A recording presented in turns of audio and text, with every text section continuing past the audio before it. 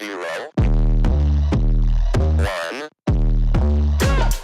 Let's get started. Hello and welcome to Beyond 10 Tennis. My name is Dr. Ashley Berge and I'm your host. If you're not familiar with my work or would like to learn more about it, head on over to AM8 International, the first tennis lab of its kind worldwide that is centered on delivering top 10 tennis rankings and is 100% backed by science. I'm the author of 14 books behind multiple theories and have been an elite coach for over 20 years and work with athletes around the world, Europe, the United States to Australia. I'm also the world's leading authority in this space with my research, coupled with my extensive coaching background, being responsible for landmark findings to deliver the next generation of play.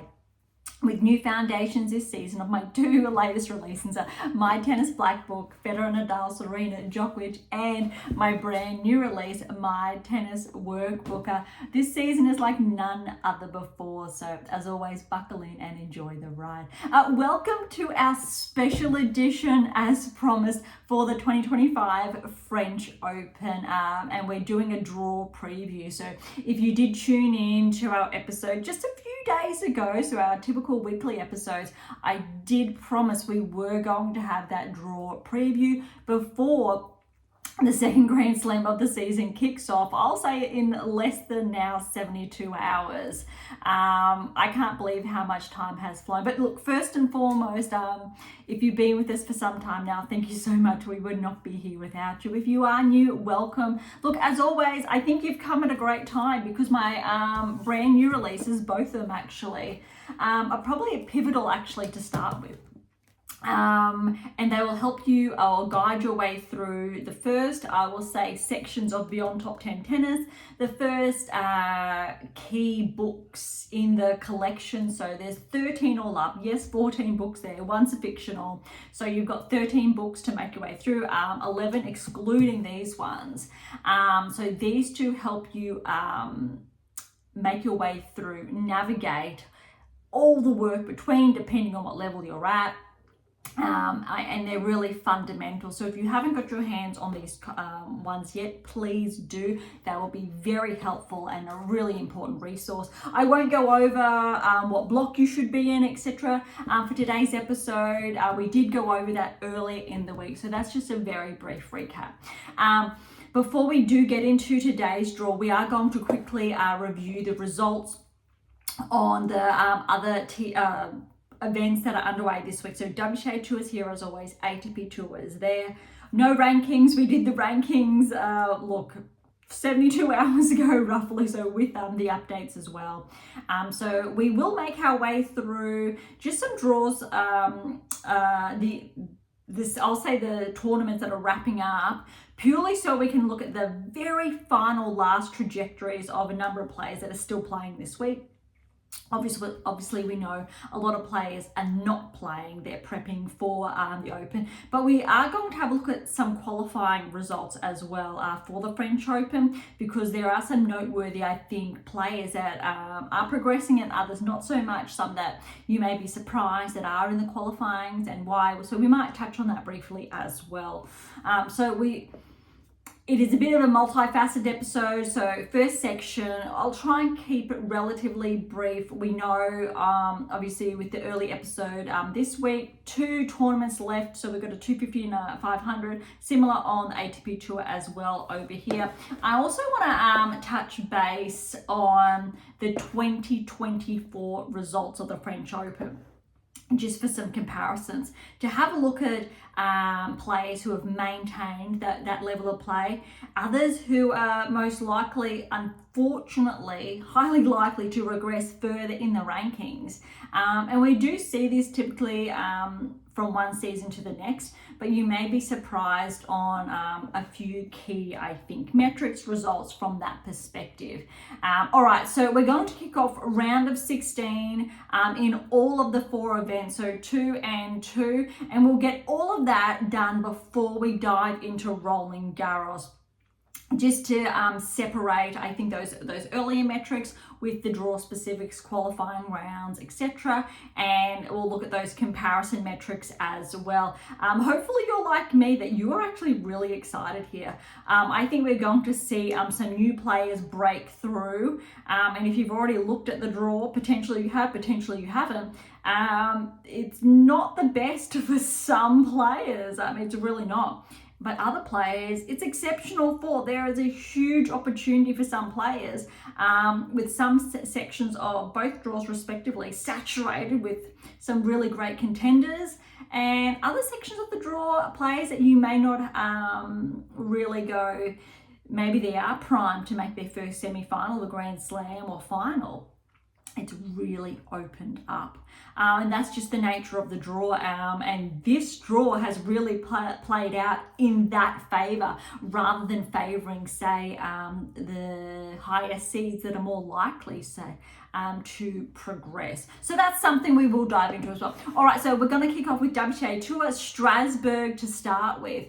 We did touch on the very earlier rounds, the beginning of the week. So we're going to quickly have a look at round of 16, and semi-finals are lined up as well. All right, so the biggest surprise here, I think, Pegula and Kalinskaya. Let's remember this time last year, Kalinskaya was ranked inside the top 20, finished the season or started the year inside the top 15, regressed because she wasn't able to defend those Australian Open points, and we've touched on that previously. Pegula, I'll say, she's been playing some really solid tennis this season, but Kalinskaya has surprised her. So Kalinskaya with the win, 4-6, 6-4, 6-2. What's surprising here is, well, it's not that surprising. It went to 3. Really important, it went to 3. But I think Pegula was hoping to get a few more matches under her belt before the French, just one there. But this will be interesting, I think, to see how Kalinskaya does go for the French. Unfortunately, and I'm going to jump straight to the quarters here, Kalinskaya had a walkover, as in she had to pull out from her quarterfinal match. Disappointing there. So let's see how she recoups for the French. Obviously, she really pushed herself against Pegula.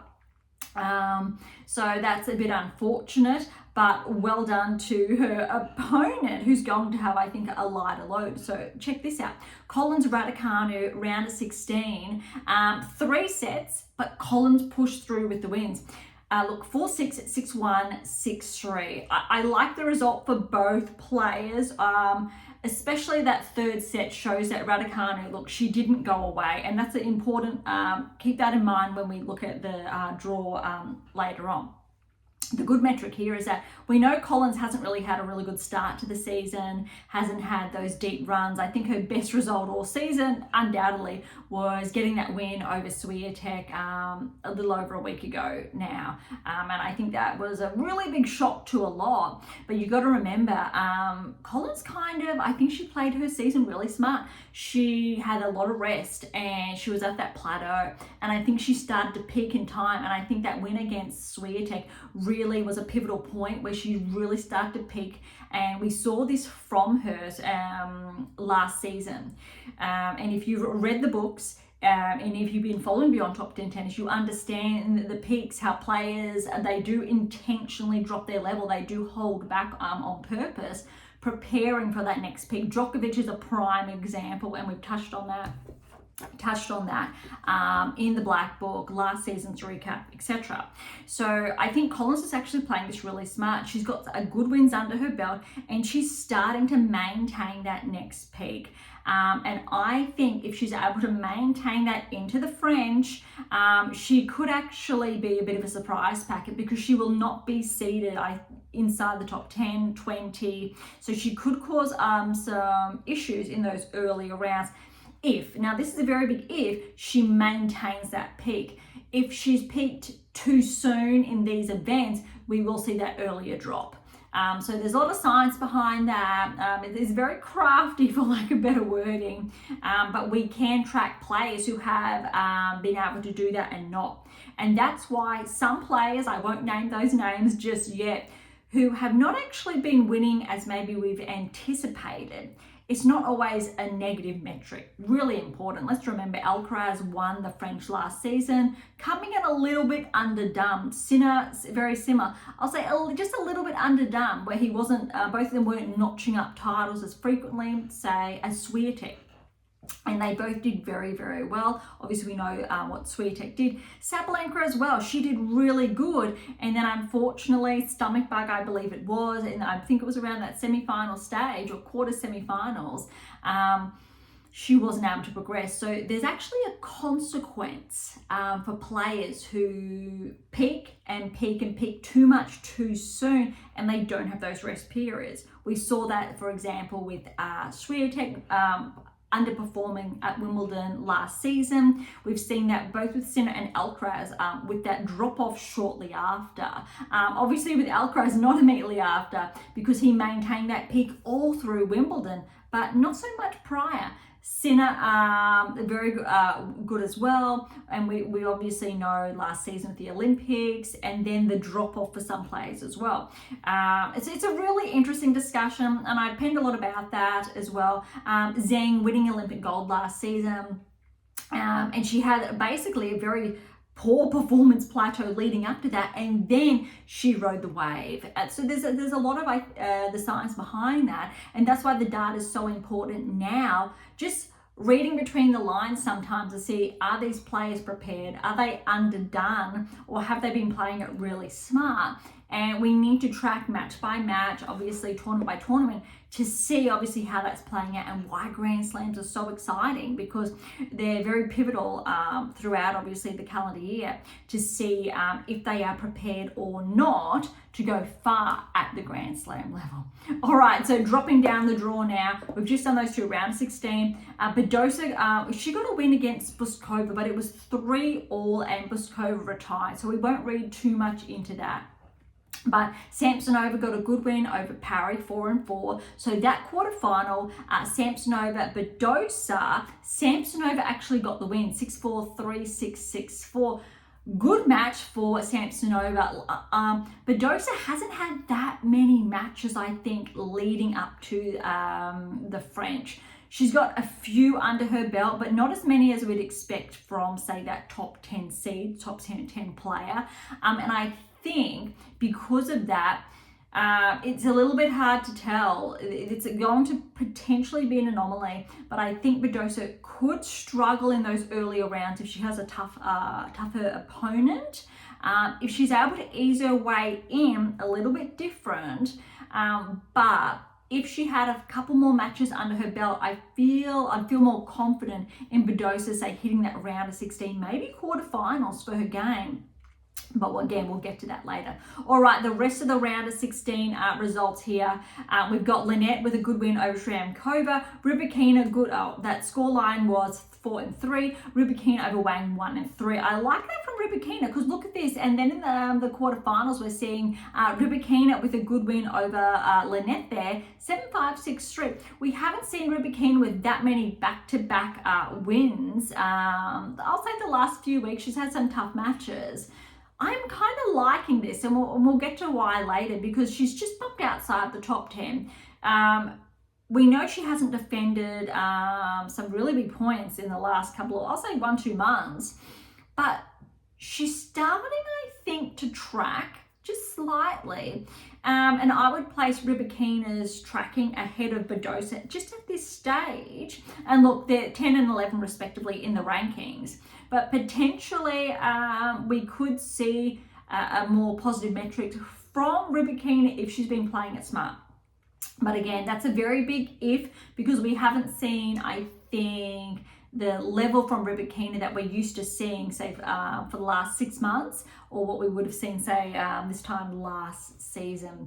All right, dropping down to the rest of the round of 16, we've got Haddad Mayer with a good win over Kruger, 7-6, 6-3, 7-3 in that tiebreak, and Navarro, good win over Blinkova, 4-1. But look at this, the quarterfinal here, Haddad Mayer has upset Navarro, 3-6, 7-6, 7-3, 6-2. Look, it went to 3 sets. I would have anticipated Navarro going further, purely because Haddad Mayer has had some, I'll say, earlier losses recently, and I'm starting to see Navarro not lifting that level we saw this time last season. So I think she's got a bit of pressure for the French. And I'm not as confident of Navarro going further. But if I think Navarro works her way into the tournament, she's definitely semi-final potential. But I'm not seeing the same clean sweeps, clean hitting as I did say this time last year, where she really was on a positive trajectory. Data supported her getting inside the top 10. She's in the black book as well. And early this season, we know top 10 rest is history with how well her Grand Slam metrics were. But she does have a number of points to defend. All right, so semi-finals for Strasbourg. We've got Collins will play Samsonova, Rybakina, Haddad Maia. Obviously, the only seed there is Rybakina we would have anticipated as far as obviously the top 4 seeds are concerned. Would anticipate potentially Collins and Rybakina making the final. Let's see what happens. We will touch on, I think, those final results when we do dive into, obviously, the day one recap of the French Open. So we'll probably just briefly cross over there because these results won't finish up, I think, just beforehand. So, but that will be interesting to see. Maybe these players will have, they won't have as much recovery time, have a little bit less gas in the tank, these players making these early rounds. So there is a bit of a cost benefit, there's a bit of a trade-off here. So, but it really could be positive for those players who haven't had that many matches leading into it. But their recovery time for all of these players is going to be absolutely fundamental. All right, so that is Strasbourg. So let's wrap up. I'm going to call it Morocco. I cannot pronounce the name, and I did share that earlier this week, so I do apologize, but for safekeeping, I'm going to say Morocco. Lalla Meryem is my best attempt there. All right, so we did touch over some brief results in the round of 32. I'm just going to go for round of 16 and then go on to the quarters, and we do have the semis set.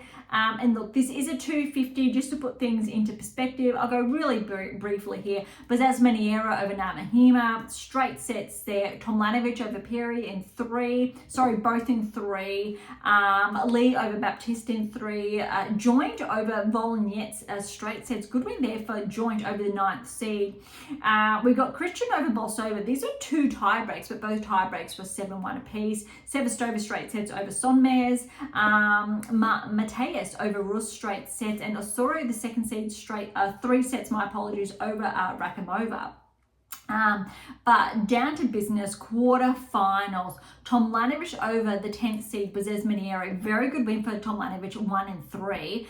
We've got Joint, good win over the 4th seed Lee, 2 and 1. Sevastova has fallen to Christian. So Christian with the win there over Sevastova, 3 and 4. Osorio, 2nd seed, living up to that seed there over Mateus, 3 and 1. Which means, how's this? We've got 2 Aussies in the semi-final, the first half the semi, and then the bottom we've got Osorio and Christian, so top half Tomljanovic and Joint. Obviously we've just got 1 seed playing out there, so that really just goes to shows that some seeds are maybe a little bit underdone, and a really good opportunity as a 250 event for these players to notch up extra points. Obviously they will not see the reward of those points until after the French Open, because the rankings will not update until after then, that we know historically.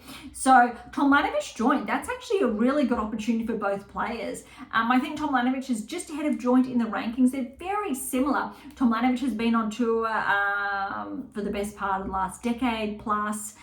Joint she's a really newcomer, had that breakthrough at the US Open last season. And decided to go pro, which she almost wasn't going to. So I think, but great decision for Maya Joint. That is going to be really interesting, but well done to both players. Osorio, Christian, look, you need to favour Osorio there, but she's been playing some really good tennis, but look, going off rankings, etc., we're going to anticipate Osorio getting through, and I'm going to probably lean towards Tomljanovic, but I really do. I really like how Joint's been playing. She has a lot of clean wins. And look, Tomljanovic, she's been playing very clean too, though she had that 3-setter in that round of 16. I'm just going to push back to the first round to check that out. Yeah, Tomljanovic with a 3-setter there, and Joint straight set. So Joint's everything in a straight set. That's going to be interesting. So we look. I've touched on semi-finals for Morocco. We will have a look at the results again. First day recap, or when we review French Open results, so it will coincide with one another. All right, so before we won't go into the draw, we're going to head straight on over to the ATP Tour now, and look, we're going to go to Hamburg. It's a 500 kickoff round of 16, and this is not the type of scoreline you want to hear from the finalist of last year's French Open, Zverev. Number 1 seed, first match in Hamburg, he's fallen to Muller, 3-6, 6-4, 6-7, so I'll say that in Muller's favour, 6-3, 4-6, 7-6, 7-5 in that tiebreak. That's rough. That really does support why I have touched on Zverev. A bit of pressure there. He's back to 3 instead of 2. We spoke about that earlier in the week. But we haven't really been seeing that level of play we anticipated, let's say, from Zverev. As that number 2 in the world or number 3 in the world, those metrics just are not supporting. Let's just quickly head on over to the rankings because Zverev's ranking really is safe. He's 1,500-ish points, bit more ahead of Fritz. So even if he does drop, I think, points at the French, his third ranking is relative. It's safe, it looks like.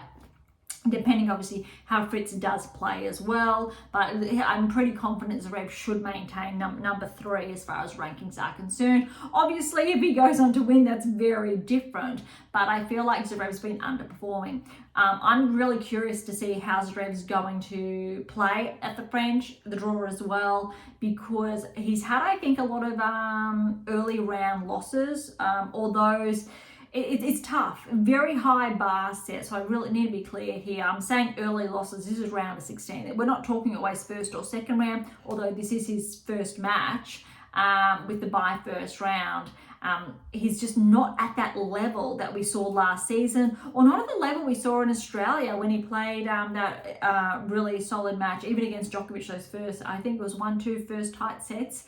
That was a really exciting match, but he's kind of just dropped that level where we haven't seen, we might expect a player who's top 2, top 3 in the world to maybe win a title, or if they don't, we know Swiatek hasn't, for example, to make the later rounds, the quarters, the semis, the finals, which we know, say, Swiatek has.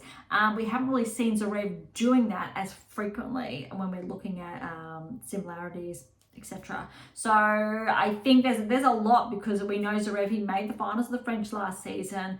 And I don't know, I thought maybe if he was tracking a bit more positively, we could put Zverev in contention to maybe win his first Grand Slam. But this is a tough one. I think there's a lot there. Although, look, we could say maybe, very big maybe, he's been planning this intentionally, coming in a bit underdone to work his way through, to have more gas in the tank, maybe. But I don't think that's been the case, because we've been seeing a lot of that. Although we saw a lot of that in this respect from Djokovic, but we know, I think age is a factor, plays into that with less events as well. A little bit different there for Zverev. All right, going down, we've got Ogor-Lissame and Mepes-Pericard. Very good win for Ogor-Lissame, 2 and 4. What I like about that, typically we see Mepes-Pericard pushing his opponents to tiebreak. So this tells me Ogor-Lissame, he broke serve very smartly, and that's a really good result actually for Felix. He wasn't able to defend those points, I think, a few weeks ago where he made the finals. I want to say it was Madrid. He did lose early, but this is a very good win for him. I think finding that momentum again. We've got Rublev with a good win over Engel, 3 and 5. That's actually a very good win for Rublev, because he has actually, we know he's slipped outside the top 10, supported by the data again in here as well, and the why behind that. But I think if Rublev's playing smart here, maybe the French Open could be a turning curve for him. I'm not going to rule Rublev out. Historically, Rublev doesn't perform well at Grand Slams, and that's why the data supported his regression outside the top 10. Maybe something's changing. He's had obviously that change of coach. I believe Murat Safin, I'm not sure if he's permanently on his team, but I think still at this stage, So that's actually a bit interesting to keep an eye on if Rublev's going to turn that curve, because again, of last season I reported on all the metrics, Grand Slams, and who was tracking, etc. And unfortunately, inside the top 10, Rublev was not one of those players inside that 8% ruler. So again, one of the blue ones back there, how to develop a top 10 tennis ranking, the power of the eighth key, 8%, 2%, so where 8% of players really are in the top 10, 2% regressing. Spoken about that a lot, a little bit vague today, being really quick, brief, but because of that, we know Rublev was out of that, always inside that 2% where you do not want to be, but maybe let's see if there's a bit of a turn or not. Nakashima has fallen to Darderi, so good win for Darderi here, 7-5, 6-7, that's a tough one there, 9-7, 6-2 there, so good for Darderi. We've got a Cherry over Ugo Carabelli, 4-4, Lecheka over Sorondo, good win for Lecheka there, 5-2. Kaboli, very good win over David Fokina, because David Fokina, he's been playing some very good tennis lately. Kaboli are 4-5, and Bautista Agut has upset the second seed in Tiafoe 2-3. We've seen it. We haven't really seen Tiafoe play his best. Typically, it comes out hard court season. But I'm not going to be surprised if we see Tiafoe regress a bit in the rankings there. Let's see what happens at the French, but probably not. We're not looking at that round of 16 level as maybe his ranking would insinuate, say, being inside the top 16-ish in the world. All right, quarterfinals, we've got Auger-Aliassime, very good win over Mueller, though he was pushed. So well done to Mueller pushing Auger-Aliassime. Look at this, 7-6, 7-4, 6-7, 6-8, 6-3. That's a tough one there, but well done for Felix getting through there. Rublev was pushed by Darderi, but he pushed through 6-1, 3-6, 6-3. Then we've got a Cherry over Lecheka, straight sets 5-3, and Kaboli over Bautista Agut, 7-6, and that was 7-4, 6-love. So semi-finals a set, and this is Hamburg. We've got Auger-Aliassime, 6th seed, Rublev, 3rd seed. Other semi-finals, MGFCs, a Cherry and Kaboli. That has opened up, so either one of those players is going to notch up a number of points there. That's a tough one. Rublev really could come out on top. He's obviously favoured there, especially with Felix slightly regressing in the rankings lately. But look, I want to favour Felix on the clay to have a really good, hopefully, run at the French. That's going to be interesting. Kaboli maybe, Echevry maybe. We know Echevry played some good tennis at the Australian Open from recollection. But maybe we could see some of these players push a little bit in those earlier rounds, whoever they end up facing. So that is noteworthy, especially who they face in those first, second rounds, because these players potentially are going to still be riding that peak. And it's really a question if they're able to sustain that or it drops off. But when players progress early on, you need to keep an eye on if they're going to maintain it and really challenge those earlier round opponents, or it's too much too soon and they drop off almost immediately. All right, over to Geneva here.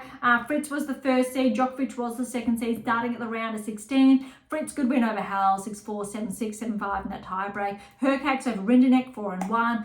Kakanakov got a win over Nishikori there, 7-5, 2-5. So it looks like, unfortunately, Nishikori had to retire there.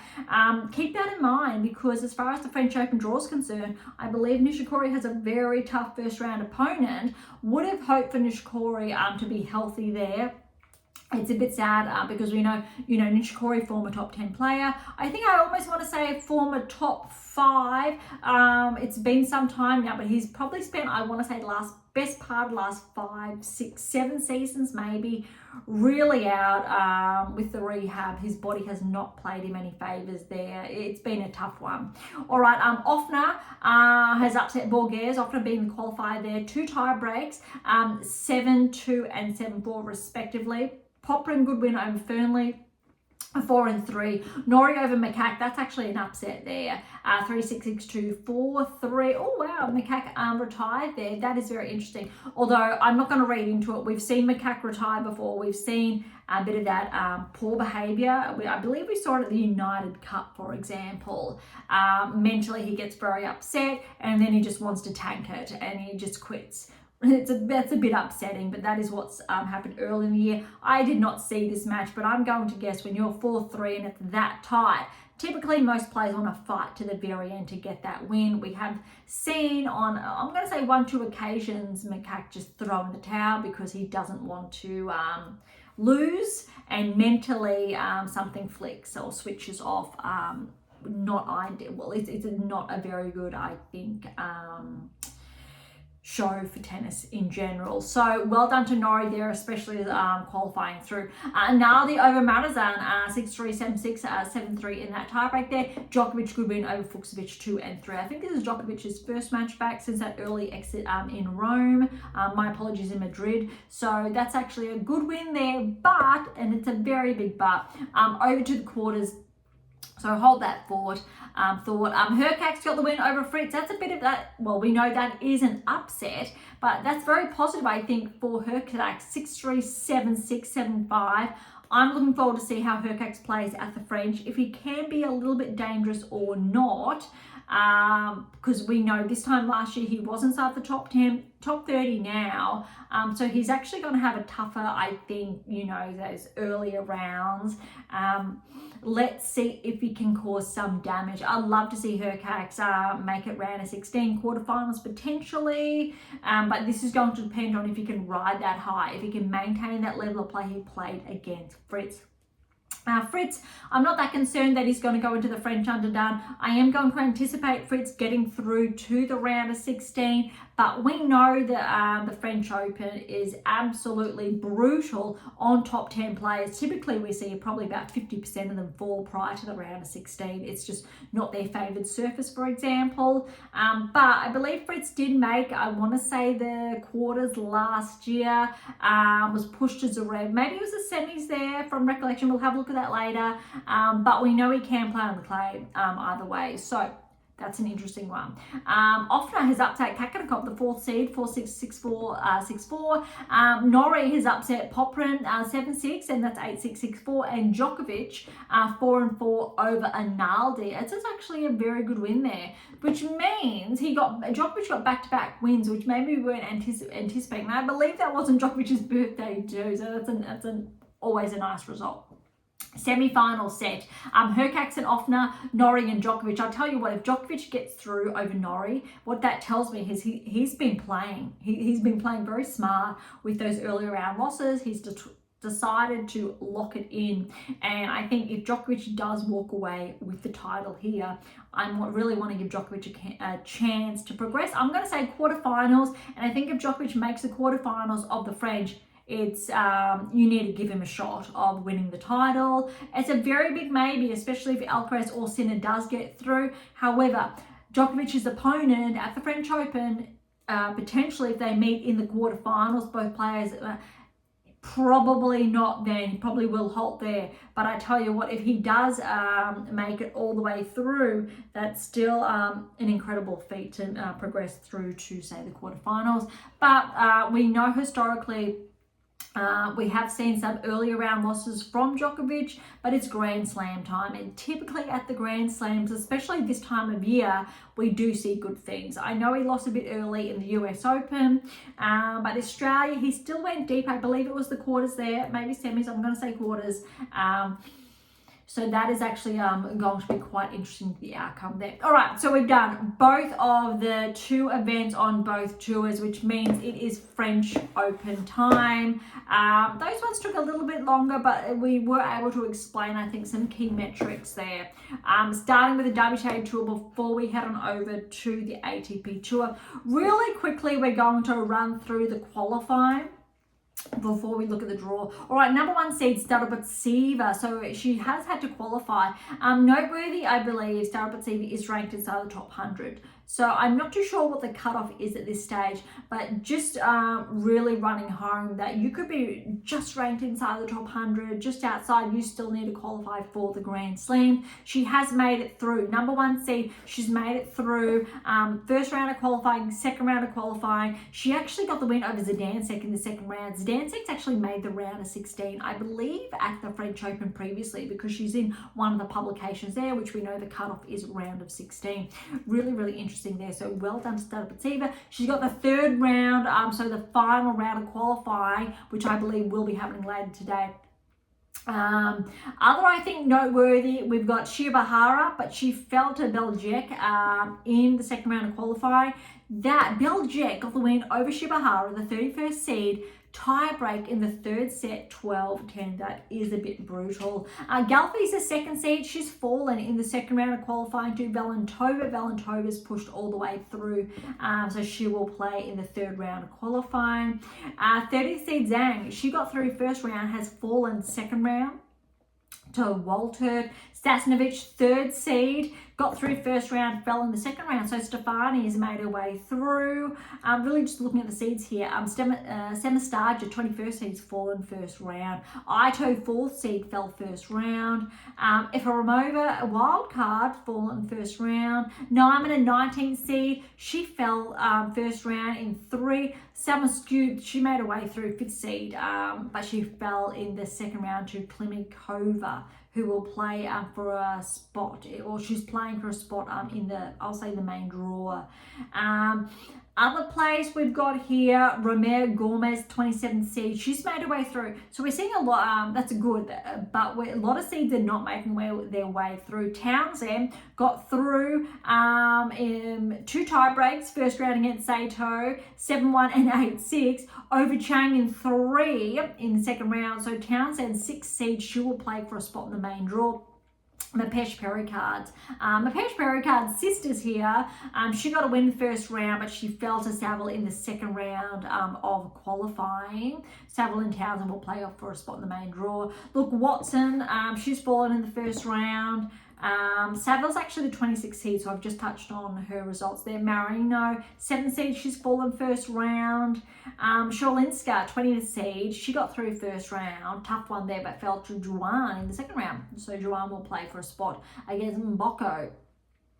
For a spot in the main draw. Zakharova, 8th seed, she's fallen in the first round, but 3-7. Look at this. I'm going to share the score here. Kovaman's got the win, but look, 6-7, 6-8, 7-5, 7-6, 11-9. That is a tough match, both players. Wow. All right, going down there, we got Carla, the 18th seed. She's made her way through to fight for a spot in the main draw. Sierra has also made her way all the way through. Wang, 29th season, made her way all the way through. Masarova, she's fallen in the third round of qualifying. So some third rounds have been underway. So Kopash has made her way through to the main draw, not seeded. Well done. Stasuc, 24th seed, she's fallen. Martic, former top 30 player, top 35 player, she's fallen first round here. All right, Saudal, 12th seed, she has made her way all the way through to the third round of qualifying and fallen to Hubino, not seeded Hubino. We will see her in the main draw. Andreescu, 17th seed, got through first round of qualifying, fell in the second round of qualifying, and Hibino, who got through to the main draw, got the win there. Paras Diaz, 13th seed, fallen first round. Gibson, 23rd seed, got the win first round, fell in the second round. Ruzik, win first round, 14th seed, fell second round. All the seeds, we're not seeing many positive metrics from them. Podche, 32nd seed, fell first round. Dart, 15th seed, fell first round. Jones, a 22nd seed, got through first round and second round, will fight for a place in the main draw. Lepchenko, 16th seed, she has made her way through to fight, but she's fallen in the third round to Stojanovic, not seeded as well. So Stojanovic is not seeded. She will be in the main draw. Stojanovic did actually take out the 28th seed in the first round. Wow, that's a lot there. All right, so that's qualifying done and dusted. Really just focusing on the seeds there. That was a lot. Let's have a look at the main draw. All right, so this is a bit of a pickle. Big pickle, I'm going to call it. Let's call it, this time last week, the top 2 players in the world. Now, that is not the case. Sabalenka's first half is the very top of this half of the draw. This is one half of the draw. Swiatek is at the bottom half of this draw, so we will not be seeing Sabalenka Swiatek in a final. We may be seeing Sabalenka and Swiatek in the semi-final, hopefully, but oh my goodness. But let's drop through who's going to be playing who first before we have a look at some, I'll say, key metrics and key lineups of what may be. Similar to what we did with the Australian Open, if you recall those early episodes. So let's have a look. First round, we're going to go through every single one, which means we're going through 128 players, 64 matches. That is a lot, so bear with me. Sabalenka, Rakimova. That's going to be a little bit of a test, but Sabalenka there. Teichmann, she's gotten lucky. She's got to qualify and not seeded. Collins, this is interesting. She's got Berge first round. Really want to favour Collins. Danilovic over Fernandez. I really want to give Danilovic a shot here. Torsen, Lynette. Torsen, yes, she's 22nd seed. First time, I believe, seeded at Grand Slam. I think Lynette could cause some issues there. Still want to favour Torsen. Rus Osorio, look, Osorio, she's already in the semi-finals of the event this week in Morocco. So you kind of want to favour Osorio if she rides that high. Kvitova and Gulbig. Let's see if Kvitova can get her first win at a Grand Slam since coming back. Anisimova's got a qualifying. Look, Anisimova's in this half too, or this section. Schneider, she's got to qualify. That's a good metric for her, or a good lineup, hopefully. Yastremska's here. This is, former top 30 as well, not seeded. She's got a wild card first round. Ava. I apologize in advance pronouncing this name. Rakhmonagha Rajonash has a qualified first round. She's a wild card. What a great opportunity there to get some points under her belt. That's a huge opportunity. Sheriff Samsonova. We've just touched on Samsonova's having a very good week as well. Stearns, first time seeded at a Grand Slam, has Lies first round. That's going to be a tough one, but still need to favour Stearns. Lulu Sun has a qualifier. That's a great, I think, encounter for Sun, because we haven't really seen her with that many good wins lately. Let's see if Sun can work her way in. Iyala has Arango. Two, I think, of the biggest up-and-coming players are right here. That's going to tell us a lot to see how Arango's level is. Also Iyala's level. Look at this. Pavlyuchenkova and Zheng.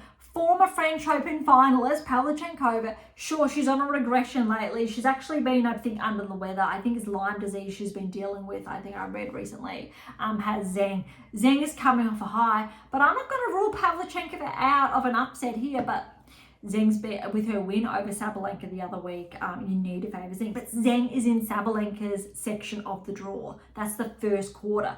Bottom quarter, how brutal is this? This is absolutely brutal, because Paolini is in the same quarter of Swiatek. That's ridiculous. This is a very, very, very tough draw. Last year's champion and finalists are in the same quarter. Not just half, the same quarter. Without a doubt, Swiatek has the toughest quarter of all players. I cannot overstate that enough, but we will go over that more later. Paolini has Juan. Look at this. Tomljanovic and Joint have drawn each other in the first round, and they will be playing in Morocco, whether it's today or tomorrow, in the semi-finals. Wow, that's ridiculous. You don't typically see that. That's a very big anomaly there. All right. And that's going to be interesting, just because both of these players are going to be match fit. And whoever gets through there playing Paolini's going to need to be locked in. All right, so Staya's got to qualify. Good opportunity for Staya there. Noskova, Potapova, Vekic, Blinkova. Vekic, I think maybe she could cause some issues if she maintains that peak. We've seen a bit of ups and downs. Let's see. Garcia, former top 10 players, got Pera, Seidman, Bondar, and then Svitolina Sonmez. I believe that's that quarter there for Paolini. So Svitolina potentially for Palini in, I want to say the round of 16 if I'm reading this correctly, but we'll go over that later when we look at the draw from a different view. So that is tough. We know how well Svitolina's been playing. But then we've got Rybakina. But look at this. This is tough. Rybakina's got Benchik first round. Look, I've said this a few times. I think Benchik's just missed out on a seeding. It's huge with, you know, she's been back for less than 12 months. Rybakina, that's a very, very tough first round. But other than that, getting through, I think she could be quite dangerous. Jovic, Zarazua, then Dolhide, Minen, Polonina, Kudermetova, and Ostapenko. Ostapenko's dangerous. And again, Ostapenko is in Swiatek's section of the draw, or her quarter of the draw. Good news for Swiatek is that third round, Rybakina and Ostapenko need to play one another. And I think this is a very big thing. Ostapenko's in Palini's little section and Swiatek is in the next. But how's this? This is very, very dangerous because Struk is in this section because Struk almost took out Sabalenka. Almost. She's been playing some really good tennis. I think her seeding does not correlate because Struk should be inside the top 20. Because Struk, qualify first round, good opportunity. Christian Burrell, that's going to be interesting actually. I think this is the first time Kimberly, she is a Gold Coast local, beyond top 10 tennis based on Gold Coast. I've spoken previously about Burrell in earlier episodes as well. First time I think she's had actually automatic entry into a Grand Slam. She's actually riding a career high. Once upon a time when Kimberly was very, very little, I was a part of, I'll say, her team.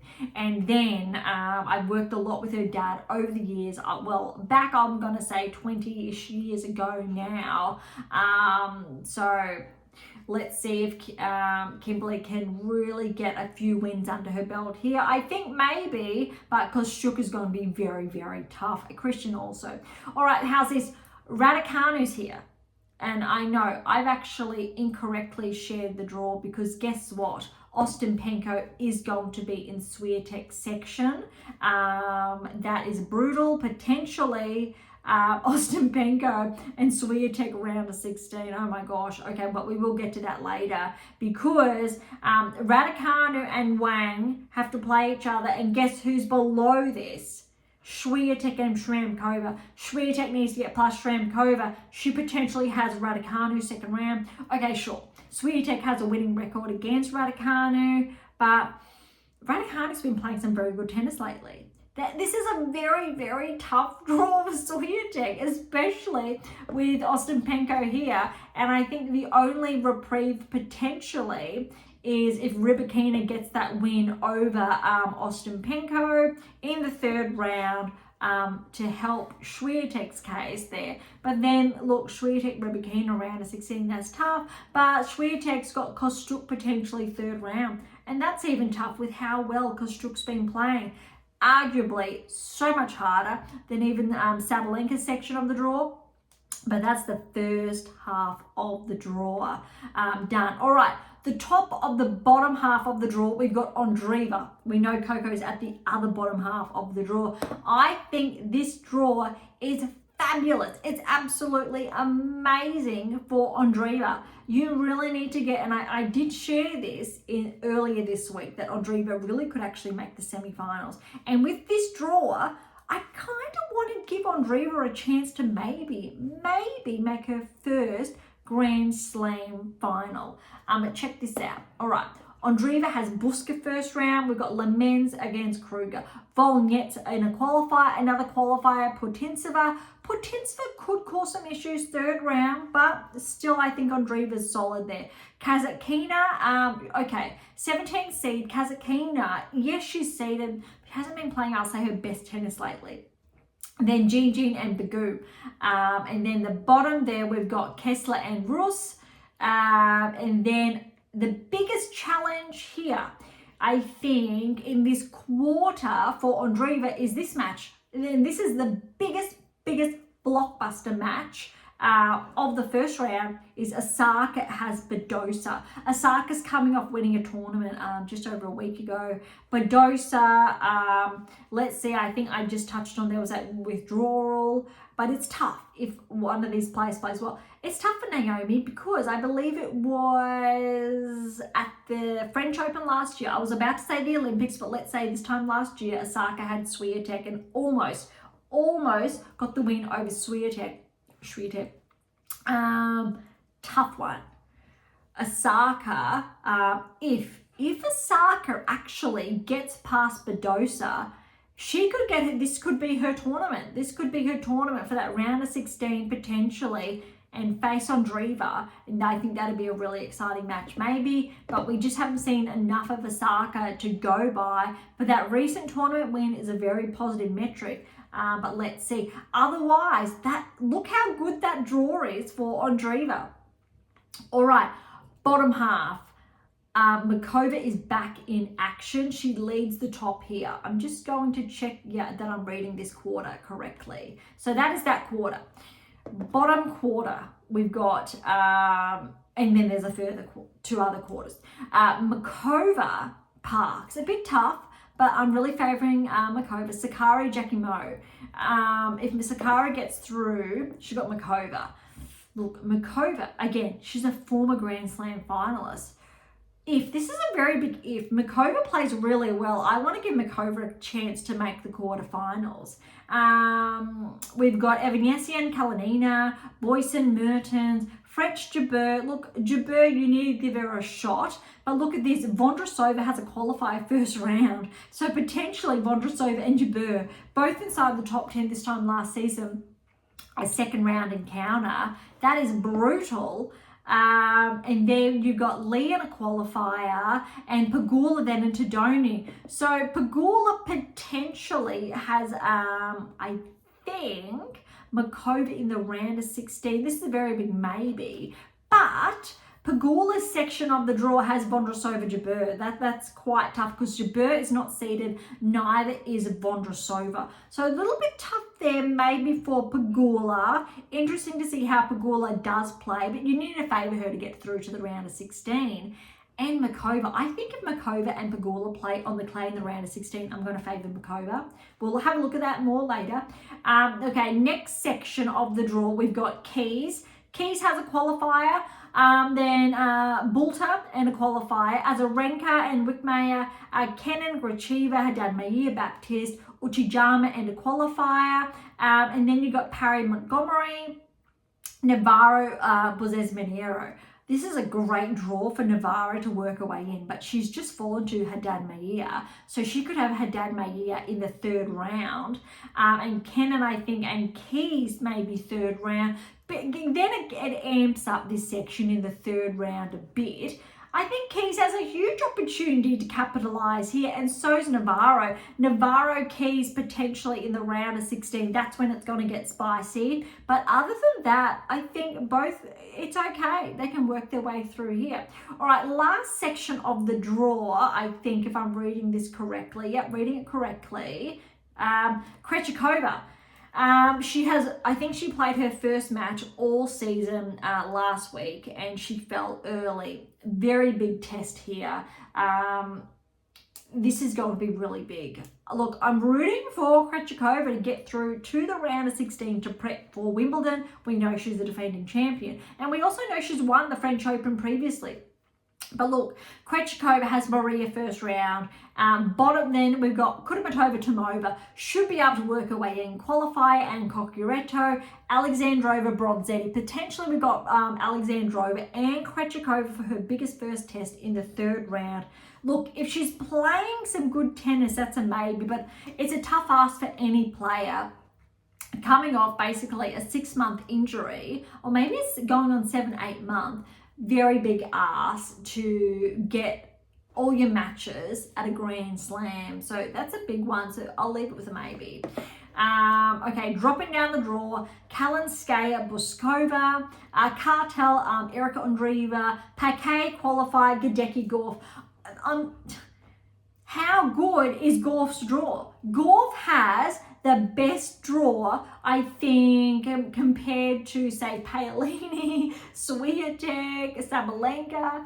Gauff's draw really walks her way through. All respects to all other players, but her current level, Gauff's draw really opens it up for, I'm going to say, a relatively smooth ride through to the quarterfinals. I know it's a very big call, but yes, Keys is there as well in this section. But Gauff, this is, I think, her best opportunity she's had in the best part of the last 18 months to potentially win her second Grand Slam. I'm more than happy to call Ondreva is here. Gauff, Ondreva potentially in one semi. You want to see Swiatek, Sabalenka in the other semi. We know Paolini's there. We know how well she's playing. She's just coming off winning Rome, and that's a quarterfinal. So let's have a look. That's all the matchups.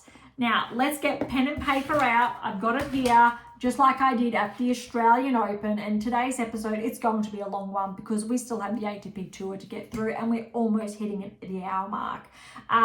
Let's call it second round, third round. I'm going to play with the third round to start with, and we're going to pen it down. Let's see how we go.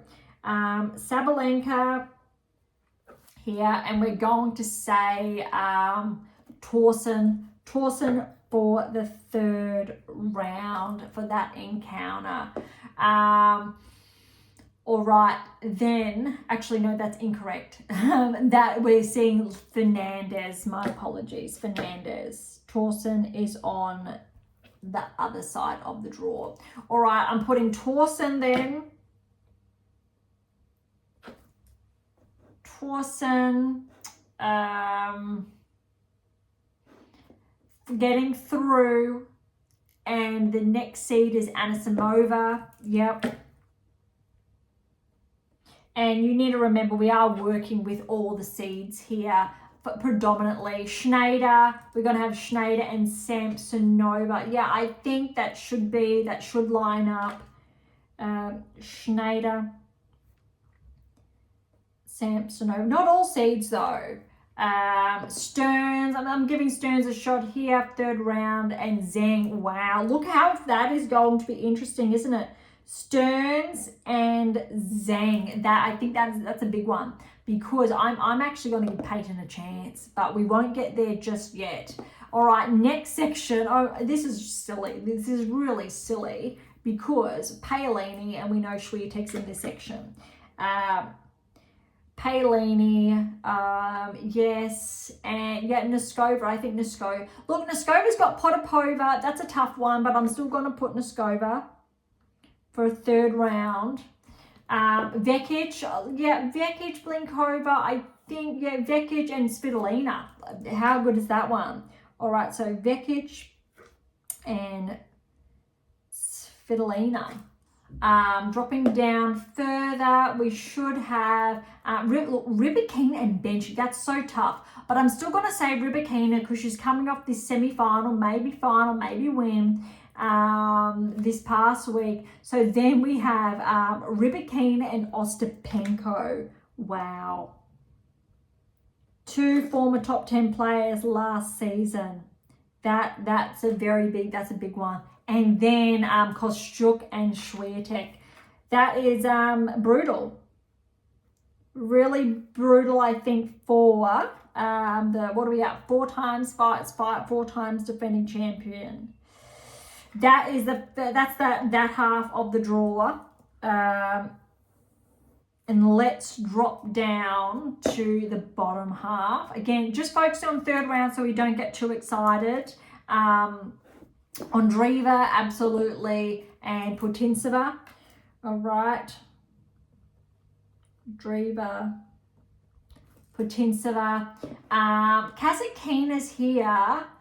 Okay, Kasatkina, and you know what? This is where we're going to switch it up. Bados is favoured to get through, but I'm actually going to give it to Osaka. Could be wrong, but Osaka, she's not seeded. So, but let's give it to Kasatkina. It's a maybe, and I'm going to say Osaka. And you know what? I'm going to call Osaka to get through to the round of 16 if she makes it that far. Look, this Badosa definitely could get through. This is really a 50-50 in all fairness. So whichever of one of those players I will favour. We got Makova. I'm definitely favouring Makova and Mertens then, all right? Makova and Mertens for a third round. And then we've got Frech. Frech has Jabeur. I'm going to actually favour Jabeur for that. So Frech has a tough one against Ons. So I'm going to put actually there, and then you've got Pegula. So I'm actually going to put Pegula and Jabeur to meet there. Look, Vondrasova's in there, a little less match fit, I will say, over Jabeur. It's still going to be tough, I think, for these players, but I think that's fair to leave it like that. All right, last section of the draw. Yes, I'm going to put Keys there, and yes, I will keep Kenin there. That's actually going to be very interesting because Kenin, she's having a bit of a resurgence now. And it could get a little bit tough, but still Keys plays really good tennis on clay nonetheless. Haddad Maia, she's got Baptiste, up and coming US player. That's a tough one. I'm kind of leaning towards Baptiste, but I'll keep Haddad Maia there because she has been playing some good tennis just in the past week. And Navarro. All right, Haddad Maia and Navarro. That could be really interesting, especially considering Haddad Maia got the win over Navarro this week. And Krejcikova, again, this is really tough because Krejcikova, she's not match fit. We know that. I'm going to still put her down, but full transparency, that could actually, she could fall in the first, second round. But look, Alexandrova is there. And I think if Krejcikova does get through, it's still a very good opportunity, maybe for Krejcikova to push even a little bit further. Then we got Kalinskaya, and we know Kalinskaya withdrew this week, and then Gauff, which means potentially we may see Kalinskaya withdraw. Potentially, we could see because of those injuries, which it's going to open Coco's draw up even further. So her biggest challenge will be Krejcikova maybe later on, but let's have a wider view now. So we've just done third rounds, which means round of 16, we're kind of, wow, we're looking at, say, a Sabalenka. If we're reading this correctly, we could go a Sabalenka to play Torsen or Anisimova. That's tough. Let's go with Torsen with her level. Then you've got Schneider. I'm going to give Schneider, and we'll say Zheng because we know how well she plays, but still tough with Stearns. Paolini and Svitolina for round of 16. Rybakina, Ostapenko. Let's go with Rybakina. That's a tough one though. Kostyuk, Swiatek. I'm going to go with Swiatek. But this is brutal. This is, and I can't overestimate this. This section, this half of the draw, it's really tough. And when you're looking at, I think, Swiatek's half, that's brutal because you have Paolini, she's top 10. Svitolina, former top 10 player. Rybakina, Ostapenko, former top 10. Swiatek, former top 10. Sabalenka's top 10. And Zheng. That's it. Just for comparison. That makes Swiatek's half 50%, more than 50% harder than Sabalenka's half. And yes, they're quarters respectively. All right. Ondreva, we're saying Ondreva's going to get through potentially to play Osaka. Could be Badosa, could be Kazatkina, but I'm going to say Osaka here. Makova, and I'm going to say Makova will end up playing potentially, let's give Jabeur a shot over Pegula. This is a tough one. It definitely could be Pegula. But let's have a look at top 10 players here. Andreeva, Kasatkina has been top 10. Osaka's been top 10. Makova's top 10. Pegula top 10. Jabeur top 10. And look, yes, that is tougher, all right? It's tougher than Swiatek's section, but we need to remember the levels of play, the levels. Osaka's levels only just starting. Kasatkina, she's really just been turned and bumped out pretty quickly with that level. Makova, I think, is the only player here that's really a threat that's outside the top 10. But we know Pegula's there, or Jabeur's the threat. That's why I've got her over Pegula. But again, it could go either way. Next, we've got Keys and Cannon. I'm going to give it to Keys. Haddad Mayer, Navarro. This is tough. I'm going to give it to Navarro, but that's really a 50-50 considering Haddad Mayer just got the win recently. But that's tough as well. Krejcikova, if she gets through, and obviously Gauff. And top 10s here, we've got Keys. Cannon's former top 10. Haddad Mayer, Navarro, Krejcikova, and Gauff. Again, look, that's 6, sure. Okay, so you're seeing what I'm doing here, but, very big but here. Keys is at that level. I'm going to say, no, Kenna's not at that level, but she's playing some good tennis. Haddad Mayer was only briefly inside the top 10, a little bit of regression. Navarro, yes. Krejcikova, maybe, but no, because she's not match fit. And then Gauff. So again, when we're looking at former top 10 players, they do not hold the same weight. The weight we're looking at Swiatek's section, these players, they're playing, they're match fit, and they have that under their belt, and they are dangerous. On Drever's section, these players, I'm going to say you've only got the 2-3 sections, but you could arguably say, if you want to rate them, I'm still going to put the Paolini Swiatek section as the hardest section. And then I'm probably going to say with Andreeva, Osaka, Makova, Jabeur, Pegula, that's a tough case. Yeah, I'm actually going to say maybe. Actually, I'm very hesitant to say which one's probably the toughest next, because it's really, I still think Gauff has the easiest draw potentially. Andreeva maybe easiest potentially. Sabalenka almost easiest potentially. So I'm going to leave it there. You've seen it. You can go in close to read it all. I have been scribbling down with you. All the dots next to those names are to indicate potential round of 16 lineups. We will circle that like we did in Australia to see how well potentially the data's been going, etc. But I know there are some 50-50s here. The levels of play, different momentums, but I'm actually very interested to see how that will, I think, pave out. That is, it's brutal. Swiatek's section defending champion, it's really brutal. I cannot overstate that, I think, enough. All right, let's head on over to the men's side and peek at the qualifying as promised. And look at this. Corrick is the #1 seed here, and he's fallen first round to Trogo. Second set was 7-6, tiebreak was 11-9. That is really brutal there, but Trogo 6-2 in the third. Focusing on the seeds here, Huffman 19th seed. He's gotten through to play for a place in the main draw. Shevchenko's the 2nd seed. He's also gotten through to play for a place in the main draw.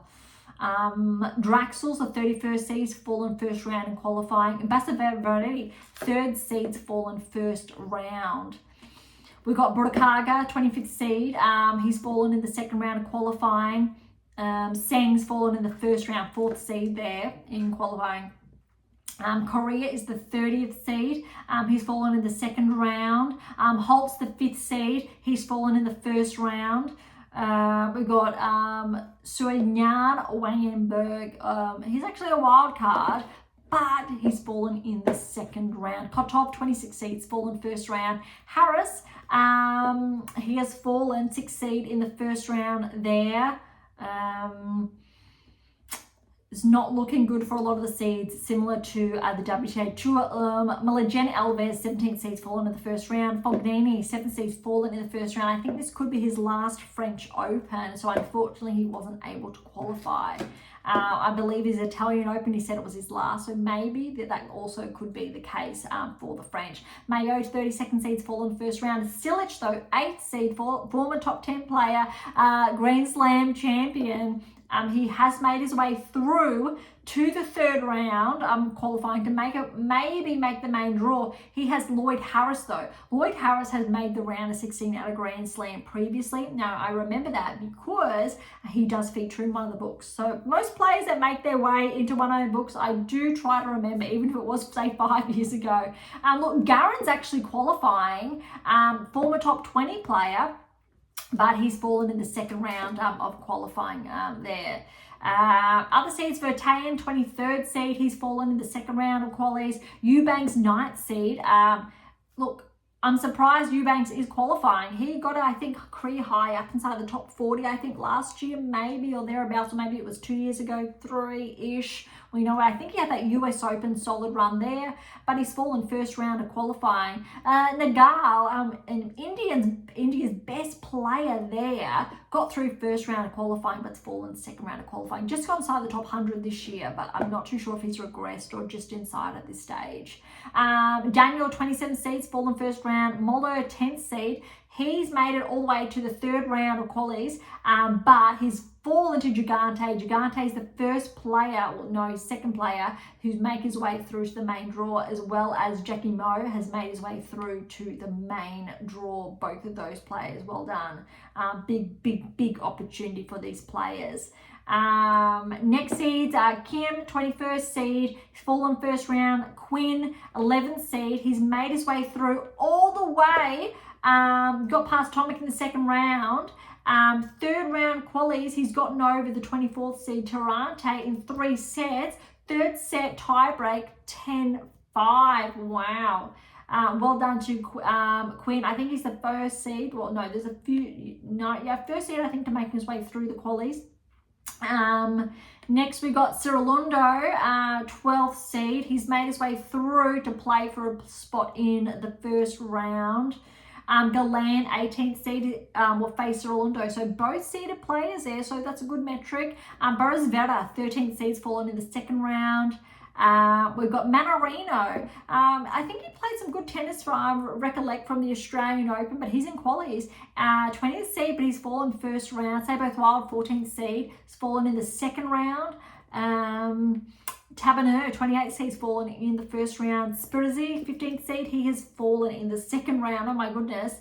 Then we've got Gomez, 29th seed's fallen. No, Gomez, 29th seed, has made his way through to the third, so he will play for a place in the main draw. Boyer, 16th seed's fallen second round. And Savinci, the 22nd seed, he's fallen in the second round. I think being seeded in the qualifying round is a little bit brutal because both tours a little bit brutal, I think, from that perspective. All right, let's head on over to the main draw before we have a bit of a snapshot. And I've just looked at, we have yet to even go over the 24 results. We may do that if we have time. I've got a bit excited today. All right, so this section of the draw, it's a big one. But let's have a look first. Sinner. Sinner has Rinderknech. That's a big one. That is a big one, but I think Sinner's safe. Atami, then Gasquet. Lecheka and Thompson. Look, Thompson is not seeded. That could be a look at this. And then we've got Davidovich Fokina over a qualifier or lucky loser, it says. Now, Davidovich Fokina could play Sinner then third round. That could be a bit tough, but we know how well Sinner's playing. Then we've got Rublev here. Rublev's got a qualifier. Oh, lucky loser. It's interesting they're putting that on the men's side, but not the women's side.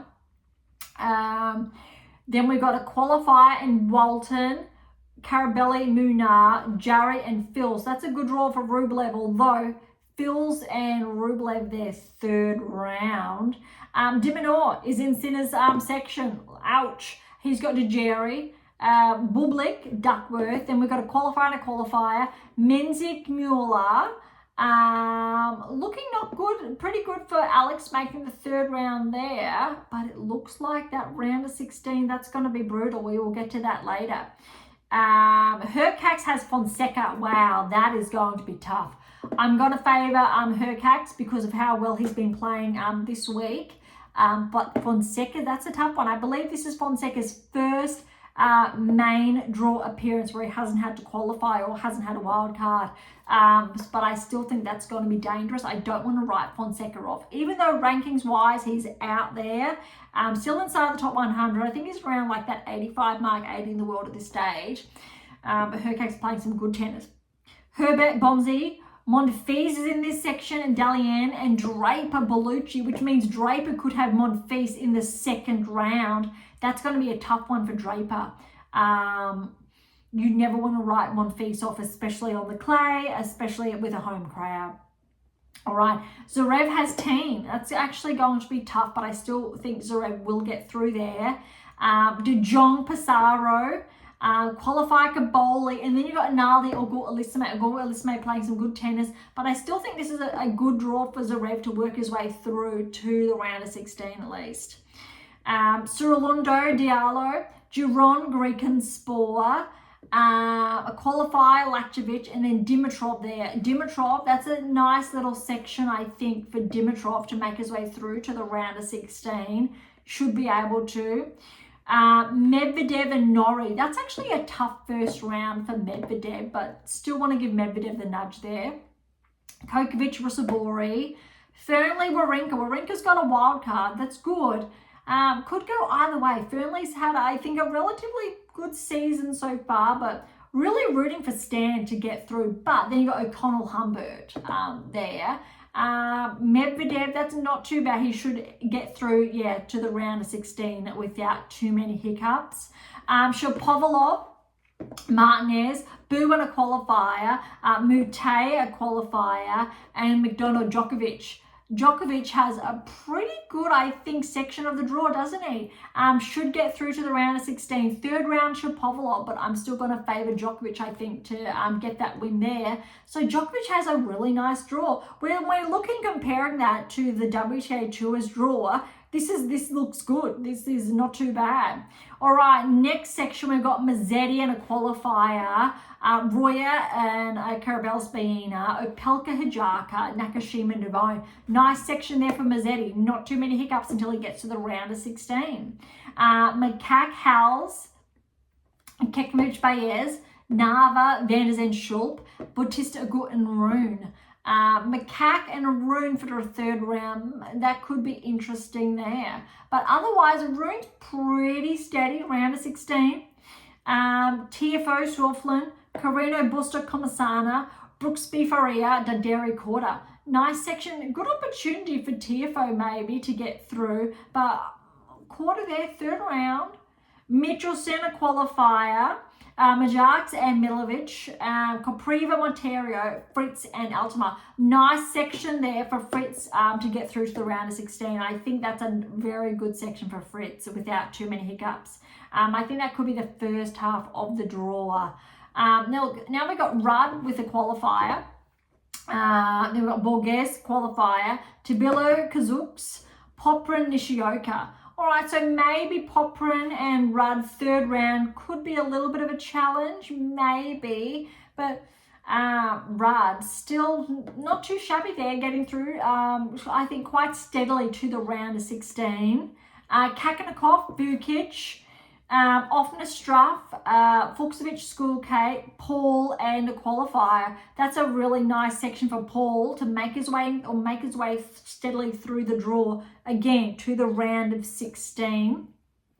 And now we've got Shelton Sonego. That actually could be a bit tough because we know how well Sonego played at the Australian Open. So he knows how to get through those early round matches now.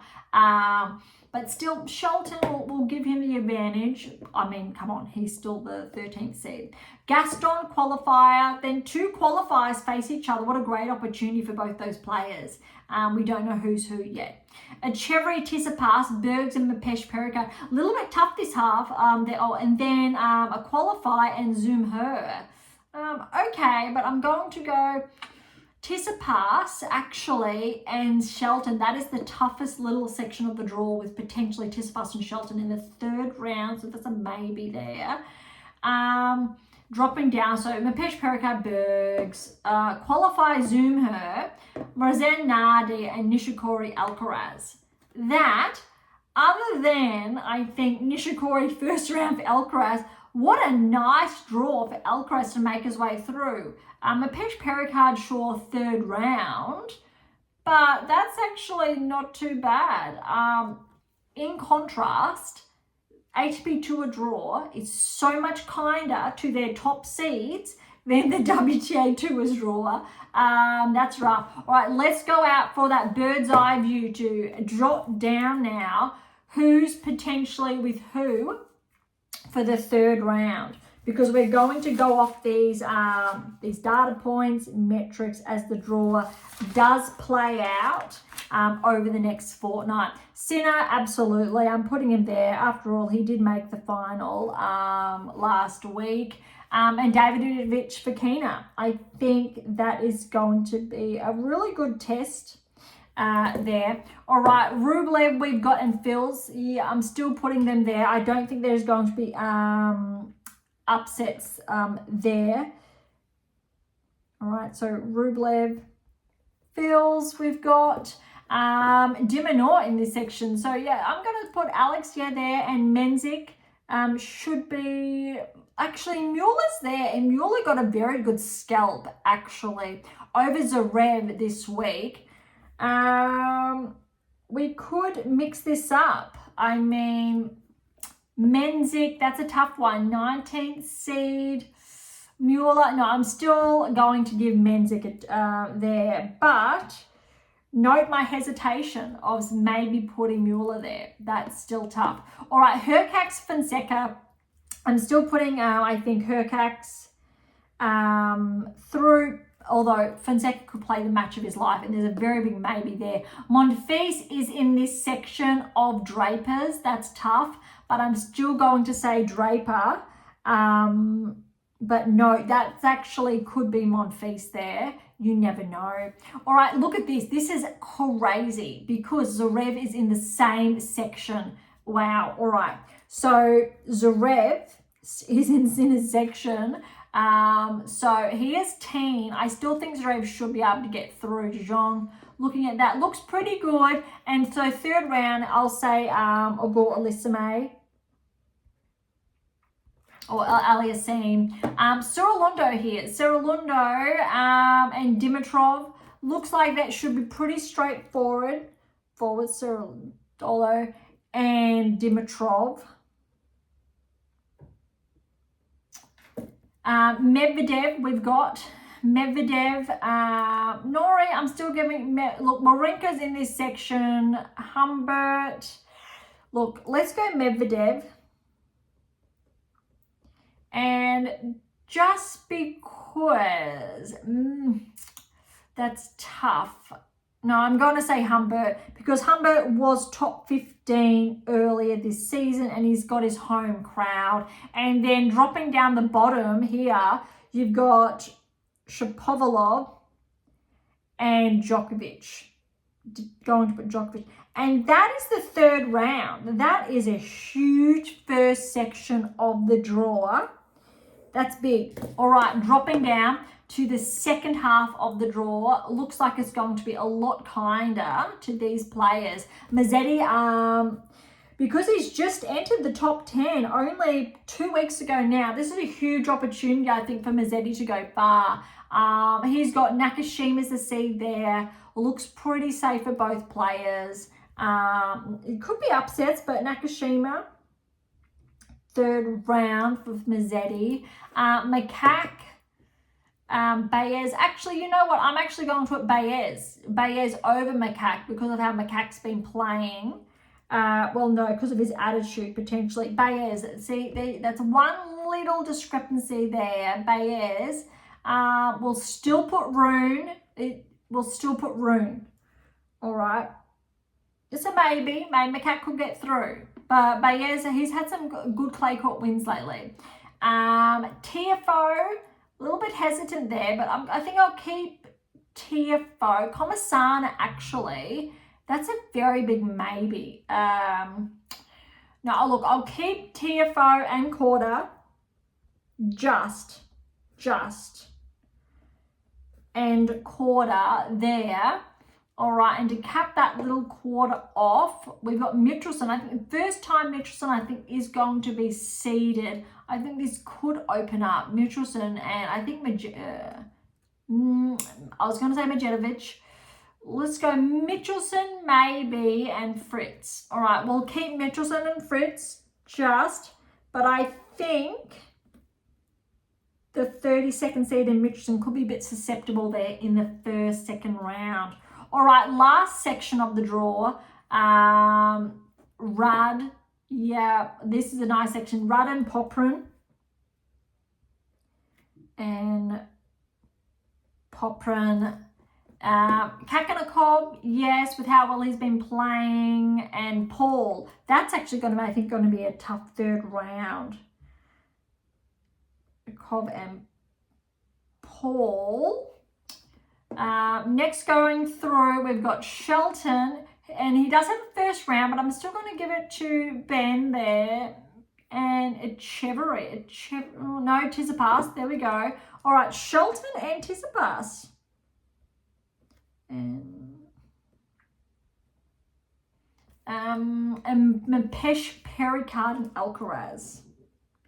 Mapeshi, Pericard, and Alcaraz. All right, let's do the same here as I did for the WTA Tour. Sinner's top 10. Rublev's been top 10, Dimanor's top 10, Hurkacz's hot top 10, Draper top 10. That is 5. So I think that could be the toughest section. Zverev or Gortlisman's been top 10, Dimitrov's been top 10, Medvedev's been top 10.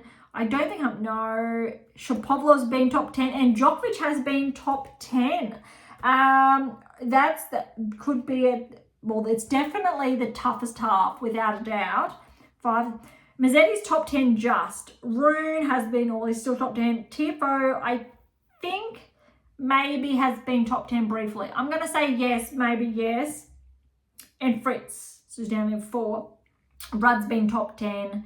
I think Kakanakov's briefly been top 10, maybe. I'm going to say that as a maybe. Paul has Shelton, Alcaraz. So that is a bit of a tough section-ish. Definitely the first. That's really tough. I think Zverev section with Djokovic, and that's really hard to pull both of them apart with how tough both those ones are. I think Sinner with Alex and Draper Hurkacz. You've got Djokovic, Medvedev's. I think that's neck and neck, both of them actually. I'm going to just put the top half there. You can kind of see.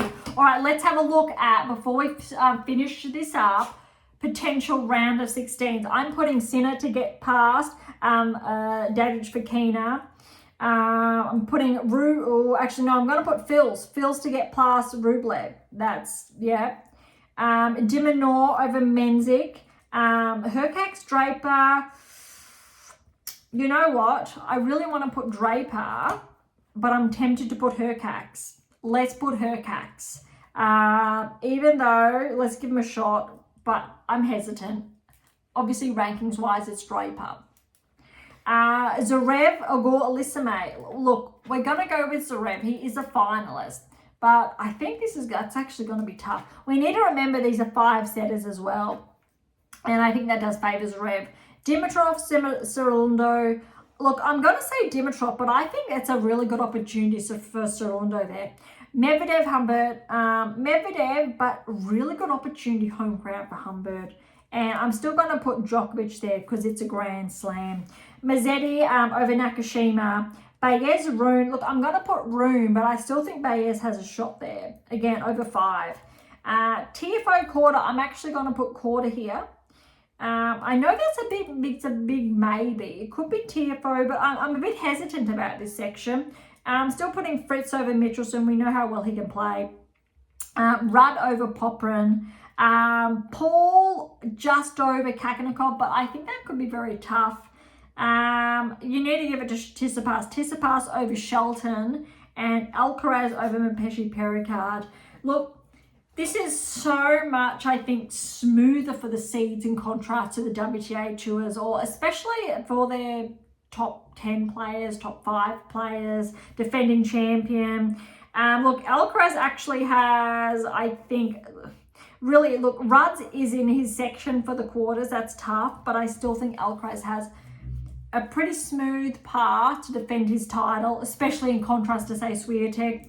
Mazzetti Fritz there. Okay, Sinner Draper, maybe Hurkacz, Alex is there. Zverev. Look, this is going to play out really interesting. But to give you a perspective, let's bounce back first to the WTA Tour this time last year. For perspective, we had Gauff made the round of 16, Swiatek round of 16, Navarro beat Keys third round, Dadalovic made the round of 16, Vondrousova got through, but we haven't seen Vondrousova's best tennis since. Sabalenka with the win over Navarro round of 16 last year. Rybakina got the win over Svitolina round of 16 last year. And Jabeur and Towson both made the round of 16. Jabeur got the win there. And Paolini over Evanesian. So that's really big for Evanesian. Don't want to ride her off. Moving forward, Swiatek won over Vondrousova. And Vondrousova was the 5th seed last year. And we know Vondrousova, I think, has made the finals of the French previously, but not at that level. Andreeva she got the win, so she made the quarters last year over Gracheva. And the quarter, we've got Gauff over Jabeur, just going through day by day. Paolini over Rybakina in the quarterfinals. Swiatek won against Gauff in the semis. Andreeva over Sabalenka in 3 in the quarters. Paolini over Andreeva in the semis. And I think we saw, I've skipped the other semi. So it was Paolini, Andreeva, and Swiatek Gauff was the other semi there. So they're the players with the points to defend on the WTA Tour round of 16 onwards. Auger-Aliassime Alcaraz. So Alcaraz got over Felix and the 4th round. That's why I don't want to write Felix off. Djokovic over Mazzetti. That was 3rd round actually, in 5. I actually thought it was a quarterfinal. So I'm a bit surprised it was a 3rd round. I think I've actually said a few times this season that it was a quarterfinal. So I do sometimes, yes, make mistakes. And when I find it, I apologize. So there's a correction there. But that could be very different this year with how well Mazzetti's been playing. 4th round was Tsitsipas got through over Analdi, so don't want to write Analdi off. We know he's been able to get to the round of 16 at the French. Dimonor over Medvedev in the 4th round, and Hurkacz made the 4th round last year but fell to Dimitrov. And Sinner over Motet, so Motet has been to the 4th round. Quarters, we had Sinner over Dimitrov. And the other 4th round was Rudd over Fritz. So Fritz actually fell. I thought there was a Zverev Fritz in there somewhere, but I think that was just Wimbledon then. Zverev, Rune. But Rune pushed Zverev to 5 sets in the round of 16 last year. And Djokovic, Cerundolo. So I think I've got Cerundolo down here. Need to give him a shot because he made the round of 16 last year. Djokovic withdrew from the quarterfinals last year, so Rudd did get that walkover. Tsitsipas and Alcaraz in the quarters. Alcaraz obviously coming out on top there. And the other quarter, we had Zverev over Dimonor, so we know Alex can get to the quarters.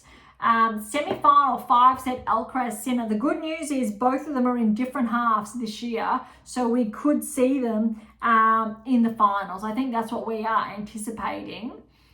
And then the other semi-final was Zverev and Rudd, which went to 4, where Zverev got. I'd probably favour Rudd if they were to face each other again in the semis. And we know Alcaraz and Zverev, that was 5. That was so close. Zverev had the biggest, I think, opportunity there to get that. So that's really interesting. I'm going to hold off. I've given, say, third round and potential round of 16s. I think once we've got third rounds done, round of 16s done, we can look at tracking more so towards what's going to pave out around 16 quarters, semis, and especially seeing a lot of the top players play earlier rounds.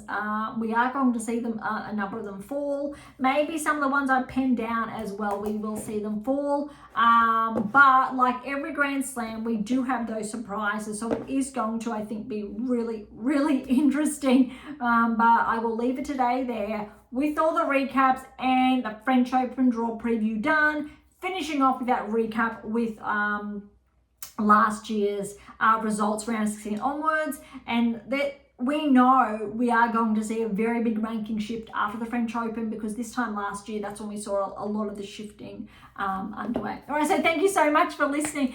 To grab your copy of my brand new release, My Tennis Workbook, or my December release, My Tennis Black Book, Federer, Nadal, Serena Djokovic, head on over to AM8 International or Amazon, so irrespective of where you're based in the world. For any comments or questions, head to AM8 or topic thread, or leave comments directly on YouTube or Spotify. To interact with Beyond Top 10 Tennis, catch up on our blog, sign up to my newsletter. All links are in the episode notes, as well as how to access Pink Octopus books to Spruik. And if you enjoyed today's episode, please subscribe, like, share, and all of the above. Beyond Top 10 Tennis exists for you, so please consider sharing us near and far.